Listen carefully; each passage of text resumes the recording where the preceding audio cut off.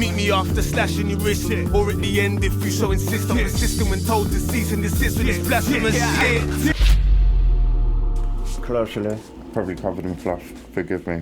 That's what happens when you have rabbits and you wear black. Alright. Oh no. Set myself on fire. Welcome. If you're new here, welcome back. If you've been here a while, I wanted to answer a couple of comments, a couple of specific comments. I've released a couple of videos. As far as I'm concerned, they're not controversial videos, but they can be taken controversially because the subjects are quite sensitive. Because it's sensitive, I feel a lot of society is quick to judge on emotion and not on logic or morality. Yeah. So the videos in question one was regarding Shamima Begum, and the other one was regarding the NHS nurse strike that's about to happen. Subscriber named Liverpool Lass. Red Liverpool Lass. Red Liverpool Lass. She typed very passionately. I believe she meant every word she said. She never attempted to be insulting. But she also gave me the impression that she was let down, which, I'll be honest, kind of bothered me. Like, I'm so grateful for the conversation, because that's all these things are, the conversation. In a marketplace of ideas, as Ben Shapiro would say. Even though Ben Shapiro doesn't want to have conversations. But I am far too empathetic to think I let somebody down. So we'll start gently. I did a video on the nurses. I released that today.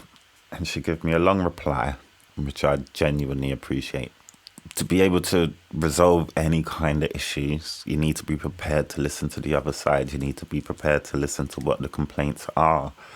Not dismiss complaints as if they're not justified. Everyone's complaint is justified. And together, we find common ground. With regards to the nurses, she starts off by saying nurses are on good money. My cousin is a nurse, is on 32 grand without overtime. The average wage is 27, so their wage is above average. Technically, none of the things you said were wrong at all. But what I will say is I feel it was missing a bit of context. As you can see, band 2 entry-level pay is £10.37. You'll be on £10.37 an hour for a minimum of 2 years before you can get a pay increase. And that pay increase, as you can see, will go up to £10.90. That's not to say you can't get up to 34, 38, maybe even 40 grand somewhere along the line. But it is to say you will not walk into anywhere near that kind of money. Thank you to your cousin, by the way. I love anybody who spends their life helping others. Very few things in our society can compare to such behaviour, which is why these things burn at me. So yeah, band 2 starting pay £10.37, band 3 £11.11, band 4 £12.25. They're rubbish wages. So that is well below average. Arguably one of the most important jobs in our society. Yes, it seems like it's possible to get to your cousin's status, but it also seems like you're going to have to make a lot of sacrifices to get there. COVID exposed how selfish this world is. Surely we're going to find less and less people willing to make those sacrifices in order to look after other people without no encouragement. And the encouragement would be a living wage. The encouragement would be having the resources to actually do the job you want to do the job society needs them to do. But it is important that we recognise, as you will know as a nurse, the demands on the NHS are increasing all the time. We recognise the work that the NHS staff do, but nurses get paid less and less. And this was always the question about how to make sure they had more rewarding career options, but also, could also, increase their salary or go off to Lidl or whatever. She then follows it up with an understandable set of talking points. And to be honest, these talking points are the reason why these conversations are so hard.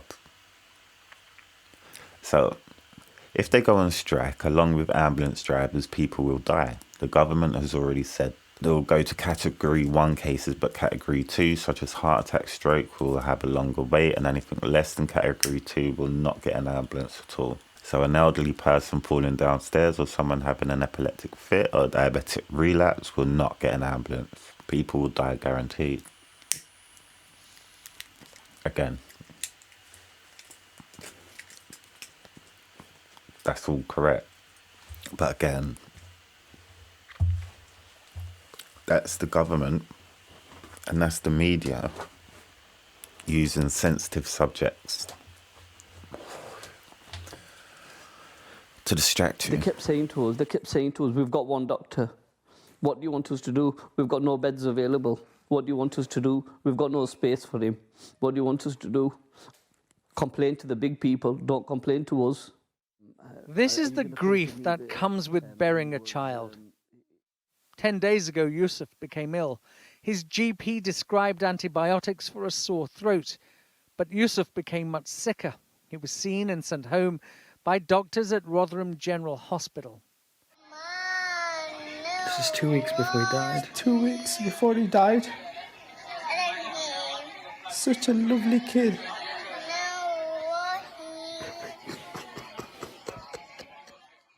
But when his condition deteriorated further, his family begged for Yusuf to be admitted to hospital.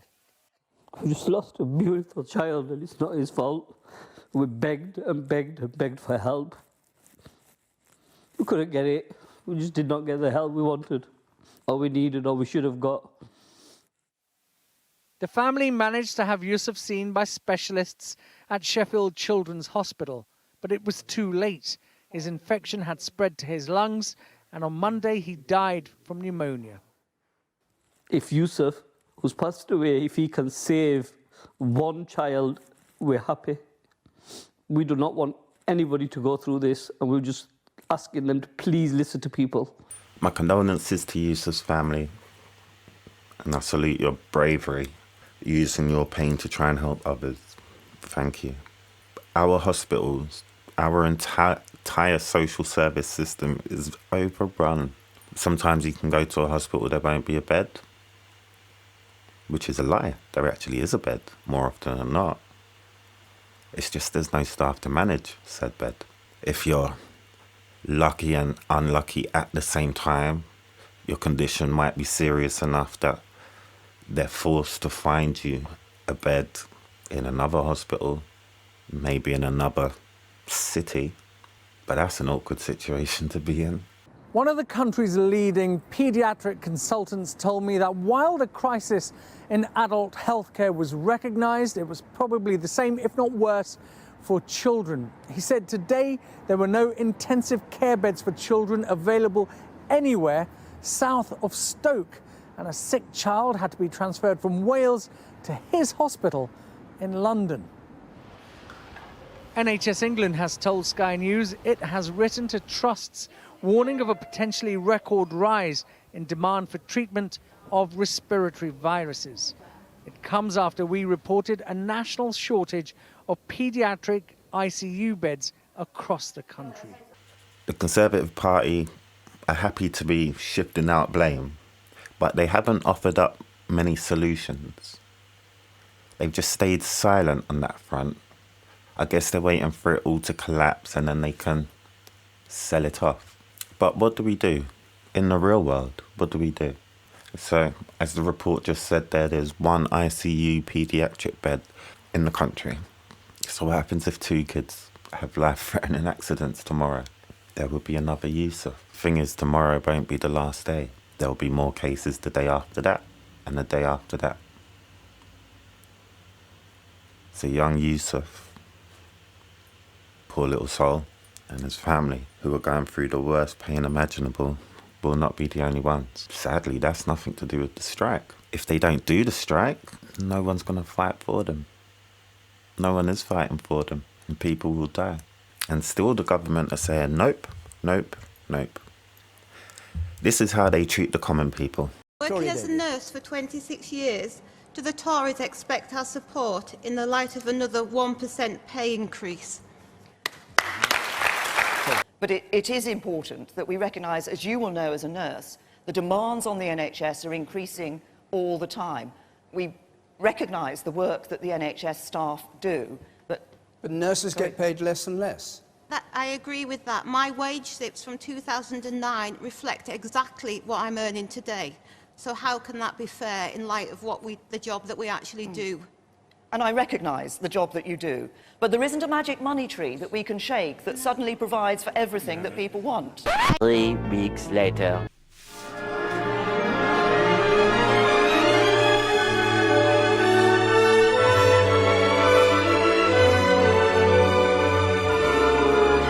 The cost of the Conservatives doing a deal with the Democratic Unionist Party in order to govern was set out today.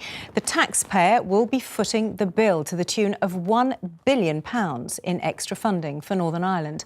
Arlene Foster's party only has 10 MPs, but that's what Theresa May needs to get votes through Parliament. Gangster. If it's important to them, they'll find the money. 3 weeks after she went on Newsnight and made that bold statement, there is no magic money tree. This is in the lead up to the general election. And remember, this is pre-pandemic, pre-inflation, pre-Ukrainian war. So she and the Conservatives could stay in power. She suddenly pulled out $1 billion. $1 billion! They don't respect us. They respect power and money. And remember whose money it is. It's not their money, bro. It's our money. Is everybody perfect in the medical industry? No, of course not. But I do know if blame was a pie chart, we would have to say at least 3/4 of that pie chart is being thrown at the staff on the front line, as opposed to the actual villains of the piece, the government. I managed to start changing the funding formulas to make sure that areas like this are getting the funding that they deserve. Because we inherited a bunch of formulas from the Labour Party that shoved all the funding into deprived urban areas. Then that needed to be undone. I started the work of undoing that. Just in case you're unaware, and I mean no disrespect with this statement, because we did not vote for said gentleman, but that was Rishi Sunak. Rishi Sunak happens to be our Prime Minister. Do you think that guy gives a fuck if someone dies? That is the mentality he has. He's like a magician. He's saying, look at this hand. Well, this hand's doing fuckery. But this hand's out in the open as well. I'll be real, Labour Party's shit at the moment as well. They've been shit for years. But one thing I can say about the Labour Party, they attempt to manage the country's money. All these issues we're having now, with the waiting time, missed appointments, the fines, the staff shortages, the new added guilt trip put on patients now that you have to decide when your leg's hanging off, is this really an emergency? Can I call 999? Maybe I should just call 111. I don't want to stress anybody out. All of this shit come under the Conservatives. The deficit we have now, trillions. Conservatives, every time Labour Party come in, they address the deficit and they address social services. I think our waiting times were like 4 hours when Labour were in, without 111 and all that crap. Now we're up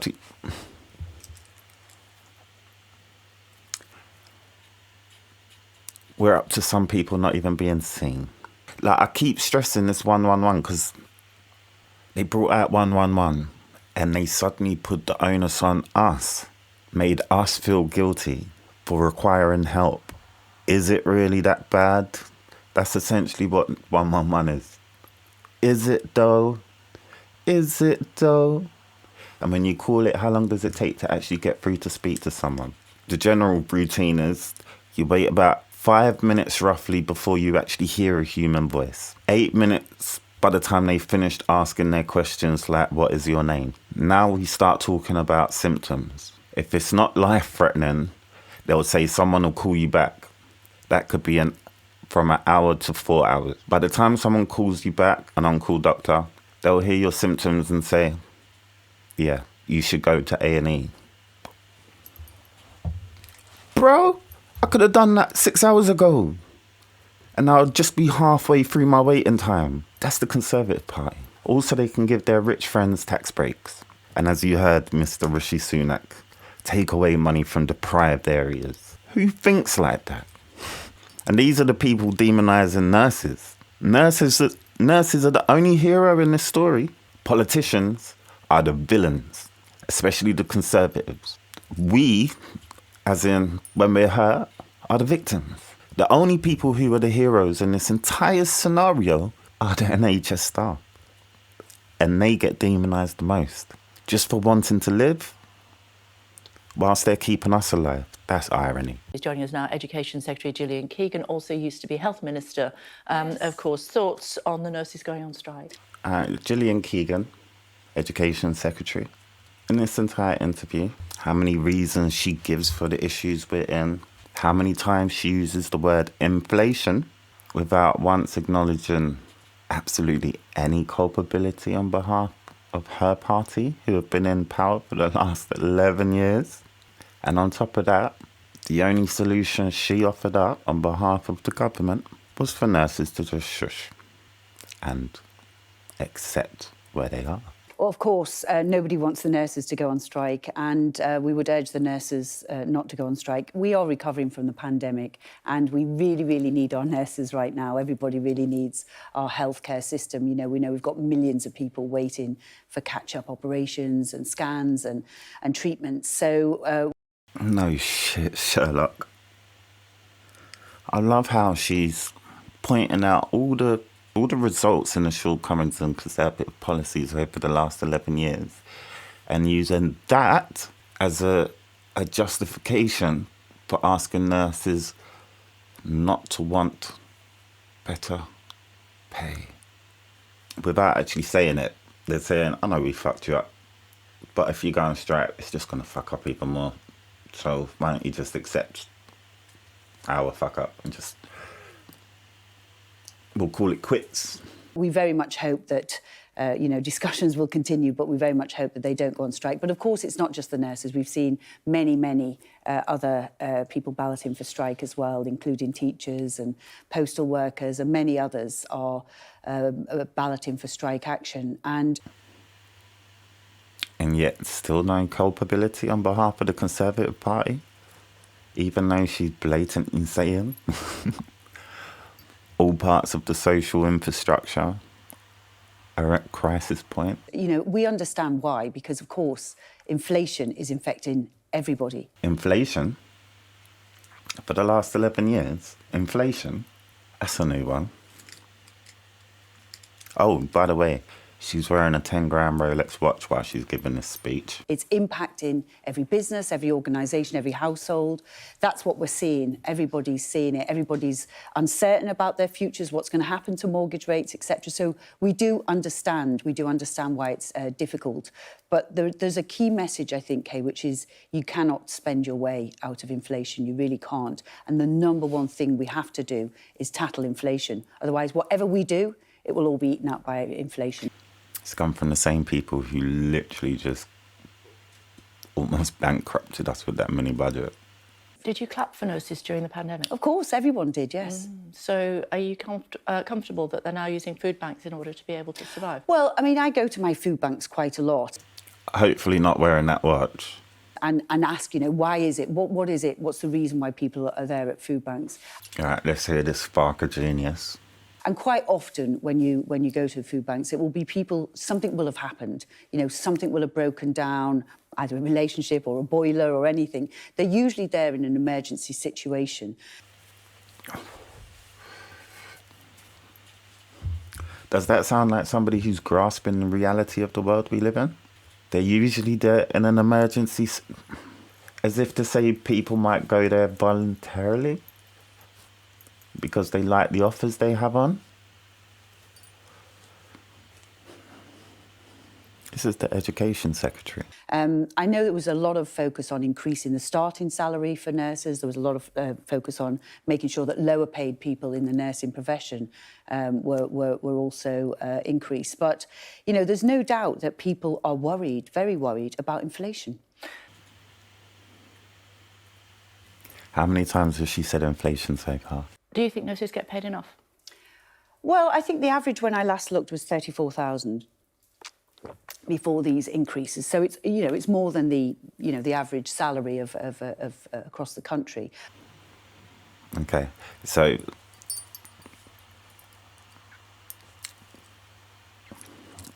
it's for you. The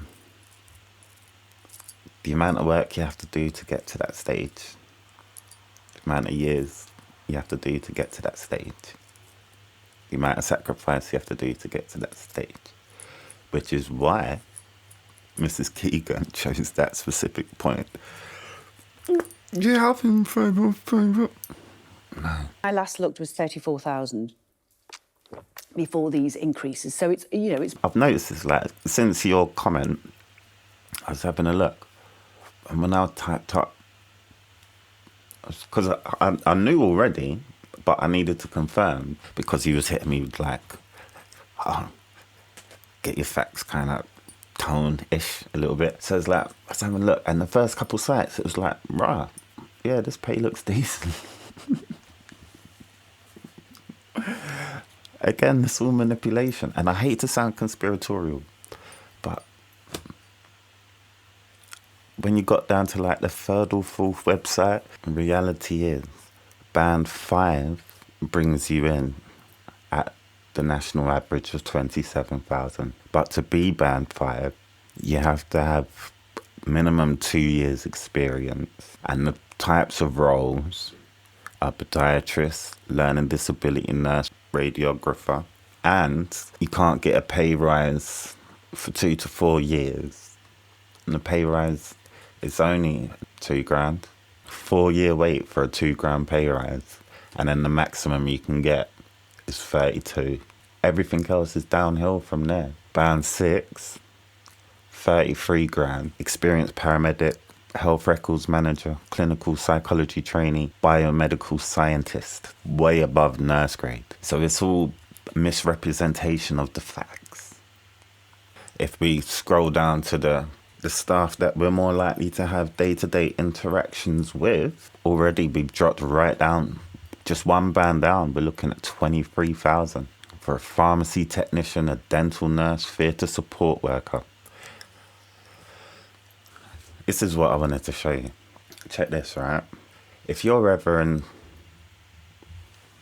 a touch wood for you, but forbid you're ever in surgery, I assume you want happy theatre support workers in the room, and as many as possible to make sure nothing goes wrong. Regardless what the procedure is, your life is literally in somebody else's hands. So let's keep them happy, let's make them feel worthy, etc., etc. Just to emphasize how backwards our morals are. You can get 9 theatre support workers to keep you alive in surgery for 1 Miss Keegan. And that's not including her wages. That was just expenses for Miss Keegan to keep that politician explaining that people use food banks in an emergency. For one of her, just expenses, you'd get 9 theatre support workers. But, you know, in some ways you can never say nurses get paid enough. They're so valuable. Another classic Tory gaslight. You can never say they earn enough.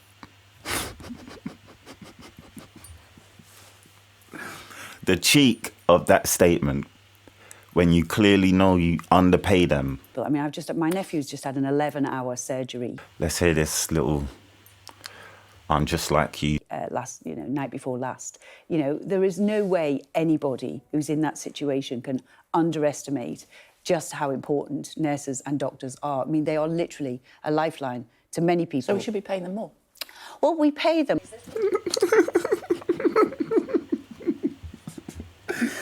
Yes, they are the greatest people. They keep us alive. So we should pay them more. Well, I mean, we pay them. Was that not the best answer? We pay them. We pay them. If someone says we should pay them more, because they're underpaid, we should pay them more. And the government official, the government mouthpiece, responds with, we pay them. Is that not just one step up from not paying them?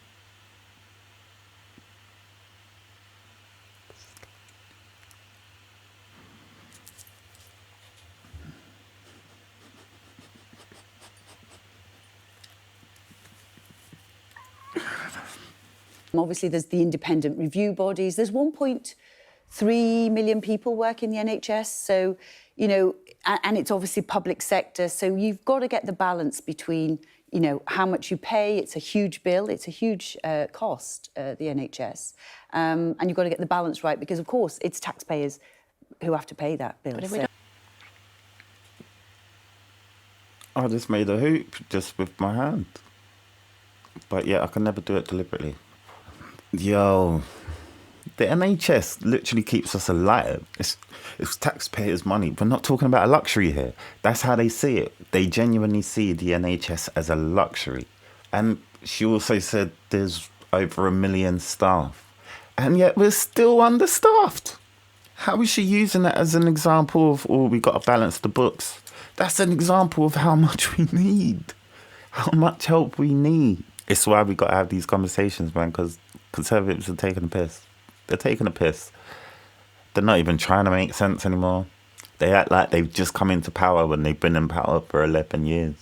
And look how they just gaslighted us all the way through. Yeah, clap for the nurses, bro. I did it once just because I wanted my neighbours to see that I cared, even though I obviously care. But, you know, aesthetics and all that. So I did it once. But when I heard that bullshit, bro, I was like, what the fuck is this? What the fuck is this? And when she was talking about the magic money tree at that last election in 2017, that was 2 weeks or 3 weeks after Grenfell, you know? And when they voted to keep the pay cap at 1%, just after praising the heroism of all the firefighters, the police and the hospital staff, the paramedics, 2 weeks later, they had a vote on public sector pay cap that Labour brought to the table. Even though Labour weren't in power, Labour brought it to the table. We need to give our public sector workers more than 1%. Inflation is considerably more. We need to give them more. Conservatives are in power. Every single Conservative voted against it, including the DUP. They used our £1 billion to get DUP on side, to tell public sector to go suck your mum, and then had the audacity, this is the bit that really fucked me up, they had the audacity to stand up in Parliament and fucking cheer, bruv. Cheered. These times, they hadn't even found all the bodies in Grenfell. And those fuckers are standing in Parliament cheering. Public sector workers won't get a pay rise that matches inflation. Inflation. Bro, they're despicable. They are despicable. And they try and use all this cultural shit against us. And this isn't to get all emotional, whatever. But you did reference nurses being on TikTok dancing and all that. And I found that a bit of a strange comment. I guess I found that kind of obviously you're entitled to your opinion. I just found that a bit harsh, shall we say, because again, using anecdotal evidence, the amount of time we spent on paediatric wards, just as a parent on the ward, obviously it's mad stress watching your child. You can't help. There is nothing like it. But once you get to the stage where you're into remission and you're in the final stretch, the last week, getting ready to go home, you can start acknowledging your surroundings more. And my daughter does this as well. Let me see some of the suffering children with shaved heads, with the biggest scars you can imagine.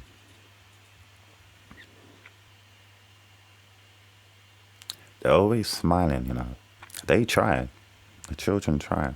But the reason why I say that is because my daughter's humble enough to know that she has a very fucked situation.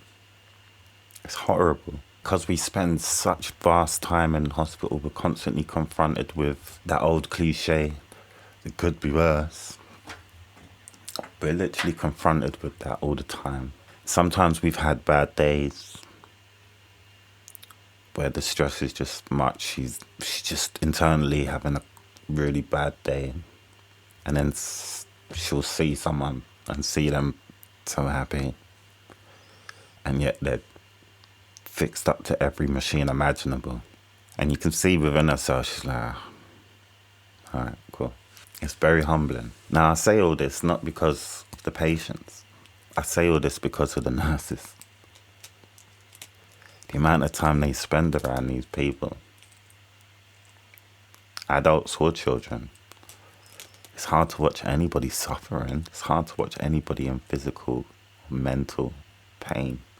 And the longer they're in hospital, the more of a connection, a bond you create with them.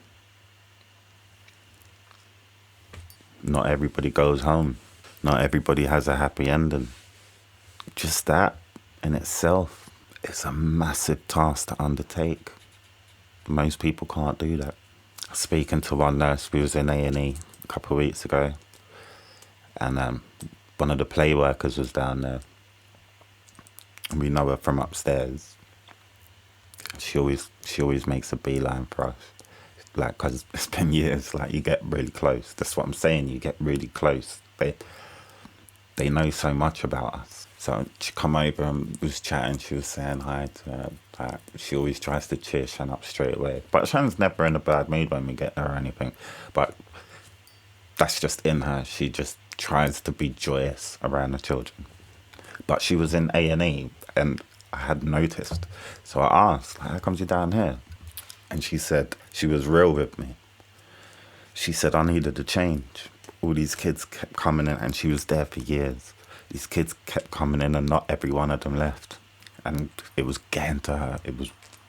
And she said she found a note in her desk, something from a child she'd got close with a couple of years previously, and that child had died. And in fact, I think that child had some sort of plaque on the wall or something. And she said the letter was saying something about when I get home or something like that. And she said after seeing that, she goes, oh, I need a break from this. She transferred to A&E to give herself a mental break. So she's still trying to cheer the children up, but she doesn't have that long-winded connection. After they leave A&E, in theory, she doesn't know what happens. So it's not as draining on her. I felt her when she said that. Fuck that. I will cry if someone's crying in front of me. That's how pussified I am. I can't deal with people's emotions. I can't. I'm too soft like that. Like, I felt so much guilt in there, seeing various different children. Maybe it's easier on the adult wards if people are grumpy and whatever else. But on the paediatric wards especially, even if the parents are grumpy, the child's still there and the child still needs your help. So you just have to take that, and you know what they're saying is true. You just know that you're not necessarily to blame, but the parent is also right and justified to be upset. Everyone is in that situation. The only difference is the nurse has to keep going back there for 12 hours a day, knowing that another parent and another parent and another parent. I've been guilty of it myself. Not like abusive, but levels of frustration constantly. And especially again, because my daughter, one of her conditions is proper mad rare, so even though she'll be in one hospital, she's actually under the care of Great Ormond Street. As a parent, it just feels like, fuck's sake, We're just waiting for you to contact them, for them to make up their mind, to come back to them. And it's just like, as a parent, it's so frustrating. We can all get frustrated. But the nurses and doctors genuinely are trying to be and are the heroes in this situation. And they're also on the front line, dealing with everyone's emotions as well as their own emotions, for complete lack of pay. Whereas people I found use food banks in an emergency. She claimed £220,000 in expenses. Our priorities are the wrong way. She did say one thing right though, even though she was trying to gaslight it all. We could never pay health professionals enough, the way I see it. Same as education. We can never pay teachers enough. I'll just finish on the fact that education is essentially an extension of evolution. It's an extension of reproduction. Reproduction is the passing on of genetic information that you've collected, your ancestors have collected, and you pass on to your children and they'll pass it on.